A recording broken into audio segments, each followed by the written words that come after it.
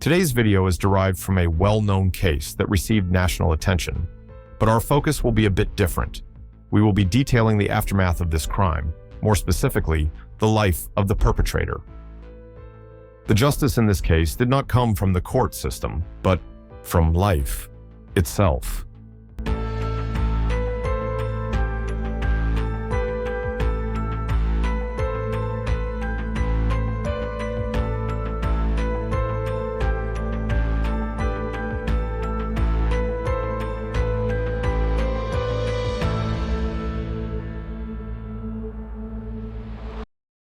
It all started in July of 1994 at the University of Kentucky in a neighborhood just off campus.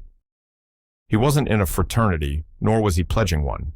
Trent DiGiuro was the kind of guy who stood out for his discipline, pouring his energy into academics and football. But even without the Greek letters, he was known and liked by nearly everyone on campus. Always friendly, always approachable. Trent shared a house with several of his teammates from the football team, a tight-knit group of athletes preparing for what would be their final college season together. That night, Trent was celebrating a milestone. His 21st birthday was just days away. The keg party was winding down. Laughter echoed off the porch as he relaxed in his favorite spot, a worn brown leather recliner that fit his 6'2", 275-pound frame like it was made just for him. He was talking with two friends, reminiscing about old plays, dreaming about the season ahead, and then a single sharp crack shattered the moment. His friends jumped up, scanning the dark street for the source of the sound, but they saw nothing. When they turned back, Trent was silent, slumped in his chair. He had been shot in the head. The shooting occurred at 2:40 a.m. It was one single but fatal shot. Within half an hour, Trent was pronounced deceased at the hospital. According to retired Lexington Police Sergeant Dan Gibbons, who oversaw the homicide division at the time, investigators faced challenges at the scene due to the elements. Despite those conditions, officers canvassed the neighborhood that same night, going door to door in search of witnesses. They were instructed that if a resident didn't answer, they were to return later. Every person on that block needed to be interviewed. At first, detectives couldn't determine the bullet's trajectory. It remained lodged in Trent's head. It wasn't until the autopsy report came back that they learned the bullet had entered near his left ear. The weapon used was a .243 caliber rifle, a fairly common type. However, like a fingerprint, each rifle has unique grooves and markings that can be used to identify it. Some neighbors reported hearing a loud bang, but no one saw anything. Partygoers in the area were questioned. Investigators also noted and documented small divots in the ground beneath a tree across the street, photographed and recorded as potential evidence. In the months that followed Trent's murder, the grief was heavy, but the answers were nowhere to be found. False leads came in by the dozens. Each one offered a sliver of hope, a chance at justice, and each one collapsed under scrutiny. Detectives chased shadows for years, and Trent's killer remained a ghost. Then came January of 2000. Nearly 6 years had passed, and finally, a break. An anonymous tip landed on the desk of the lead detective. It pointed to a name that hadn't come up before: Shane Ragland. He wasn't the usual suspect. Shane was the son of a wealthy businessman from Frankfurt. He'd been a student at the University of Kentucky at the same time as Trent, known more for his privilege and computer skills than anything else. No criminal record, but what caught detectives off guard even more than the suspect was the motive. According to the tip, Shane had harbored a grudge, one that stretched back to freshman year. The story went that Trent had played a role in getting Shane blackballed from a fraternity, and Shane had never let it go. At first, it sounded petty, even implausible. Could someone really commit murder over something so small? But as detectives peeled back the layers, what they found began to change everything. It was all there: evidence, patterns, connections. As they put the pieces together, they learned that not only did Ragland attend the university at the same time, he did in fact live just down the street from the crime scene. The deeper they looked, the more it made sense. Shane Ragland became suspect number one. The anonymous tip that changed the course of the case had come from someone who knew Shane Ragland better than most, his ex-girlfriend. At first, she didn't believe what he told her, or maybe she didn't want to. The confession had come during one of those strange, intimate moments couples sometimes share. A game of, "What's the worst thing you've ever done?" Casual, almost playful, but his answer was anything but. He told me that he shot him. He's the one that killed him. At first, she brushed it off as some kind of twisted exaggeration, a test, a joke. But as the months passed, and she saw more of who Shane really was, something in her shifted. She started to believe him. Still, the weight of coming forward was crushing. There was fear of Shane, of what would happen if she went public. But there was also something else, the desire to simply move on, to forget what he said, to pretend it never happened. That changed one night when she was watching America's Most Wanted. They were still searching for Trent DeGiro's killer, and in that moment, she realized she might be the only person who could help solve the case. But she didn't go to the police directly. To protect herself, she reached out to a friend, someone she trusted, an attorney. She asked him to make contact with the lead investigator on her behalf. It was the beginning of a fragile alliance between the witness and law enforcement, one built slowly over time. Unable to find any mention of Ragland in the case file's hundreds of pages, the detective followed up with the attorney representing the woman. Through her lawyer, she claimed that while she was having drinks with Ragland at a Lexington pub about a year after the murder, his version of the confession to her went like this. Ragland was on his way home when he noticed Trent sitting on his front porch.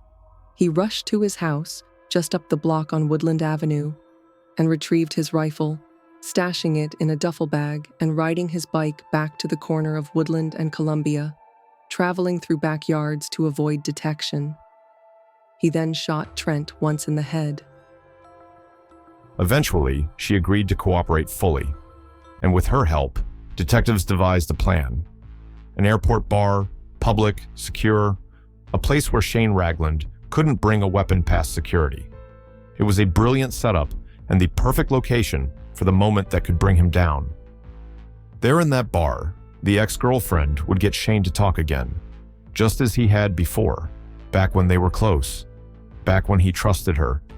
And this time, they had an audience. The police would be listening. At 28 years old, Officer Don Evans was a rookie homicide detective when he responded to the scene of Trent's death. He eventually moved to the burglary unit, but he was kept on this murder case due to the relationship he had built with the DeGiro family. Evans would be the one to find one more key piece of evidence: the motive. After compiling a list of random names, he showed it to Matt Blanford, one of Trent's closest friends. As Blanford scanned the list, looking for someone who might have had a problem with his friend, his expression changed when he saw Ragland's name. This was the guy, he went on to explain. In the fall of 1991, Blanford was sharing a dorm with Trent, and on one occasion, early in the semester, Ragland visited their room. While there, Ragland noticed a calendar with photographs of female college students, one of whom he bragged about having slept with. That woman turned out to be the girlfriend of an officer in the Sigma Alpha Epsilon fraternity, which both Blanford and Ragland were pledging. When the Sigma Alpha Epsilon officer learned of Ragland's boast, he kicked him out of the pledge class. Soon after, Ragland encountered Blanford and DeGiro walking across campus and angrily confronted them. He was furious, saying he couldn't believe Blanford had dicked a pledge brother, according to court documents. That's when Trent, who was not in a fraternity, stepped up and took the blame, saying he was the one who told. The sting worked. 6 years to the month, July 14th, 2000. Police arrest Ragland in Frankfort, Kentucky, and charge him with murder. By August 17th, Ragland is released from jail after his rich daddy, Jerry Ragland, posts a $1 million bond, paid in cash.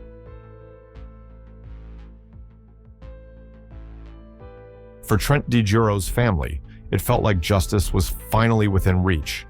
And when a jury found Ragland guilty, sentencing him to 30 years in prison, there was a moment, brief but powerful, where it seemed the story might finally find its resolution. But it didn't last. Ragland's family had money, and with it came a legal team prepared to challenge every inch of the case. Several months after the trial, it came to light that an FBI bullet analyst had inexplicably provided false testimony during a pre-trial hearing in the Ragland case. After reviewing the issue, Fayette Circuit Judge Thomas Clark ruled that the misleading testimony had no significant impact on the outcome. In a separate appeal, Ragland's defense argued that the prosecutor violated his constitutional rights during closing arguments by drawing attention to his decision not to testify. The Kentucky Supreme Court agreed and ordered a new trial. However, in a highly unusual move, the court later agreed to revisit its own decision. While that was pending, the defense filed yet another appeal, this time challenging the bullet analysis used in the case. And it worked. His conviction was overturned. The state wasn't done. They wanted to retry the case. But by then, the years had taken their toll.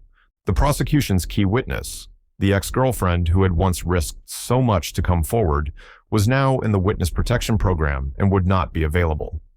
And without her testimony, the foundation of the case began to crack. In the end, the Fayette County Commonwealth's attorney made a stunning decision. They offered Ragland a deal, plead guilty to second-degree manslaughter, and walk free. Just like that, Shane Ragland left the courthouse, a confessed killer with no prison time left to serve. All in all, Shane Ragland only served 5 years in prison for the death of Trent. For those who loved Trent DeJuro, it wasn't justice, it was a betrayal. In August 2008, a Lexington jury awarded the DeJuro family approximately $63.3 million in a wrongful death lawsuit against Shane Ragland, covering lost income, funeral expenses, and punitive damages. Unfortunately, there is no evidence in public reporting or court documents that Ragland has ever made any payment toward that judgment. By that time, Ragland claimed to be broke. The DeJuro family retained legal avenues to collect, such as garnishing income, placing liens, and claiming inheritance. And then what did you actually get? Nothing.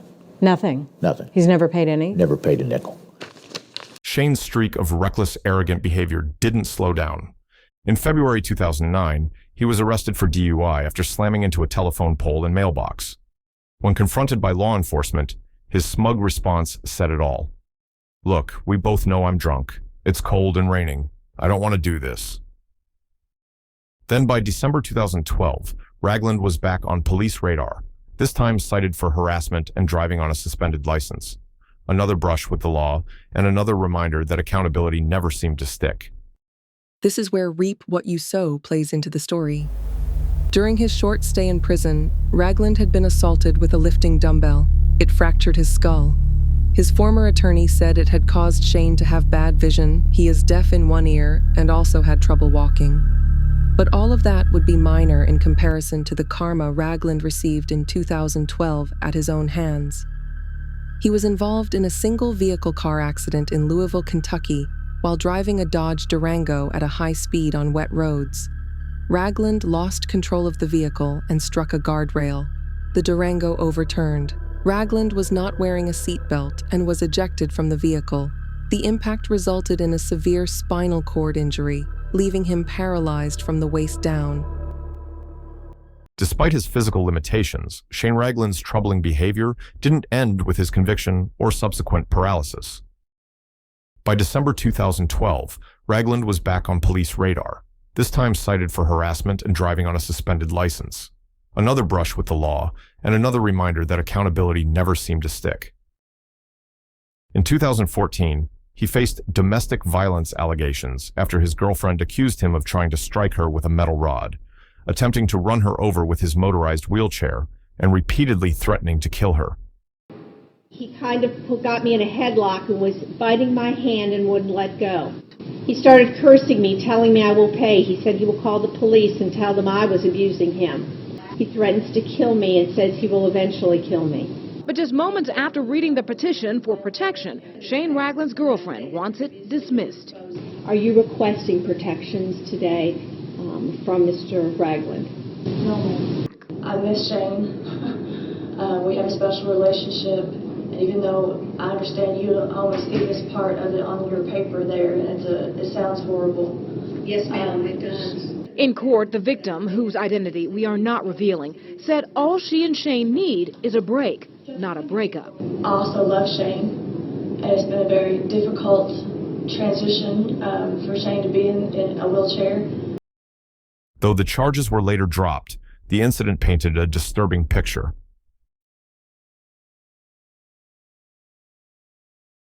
Shane Ragland, the man convicted of killing UK football player Trent DeGiro back in 1994, was arrested again this week. Today in a Frankfurt courtroom, he pleaded not guilty to charges of domestic violence and terroristic threatening. He's accused of assaulting and threatening his mother and another woman. Days later, a friend of Ragland's mother went to police. She said Ragland was forcing his mother out of her home. And when she made it back inside, Ragland ran his mother over allegedly with his motorized wheelchair, and then the friend says began hitting her. The warrant claims a friend then came over to help her back into the house, and Ragland then assaulted and threatened her as well.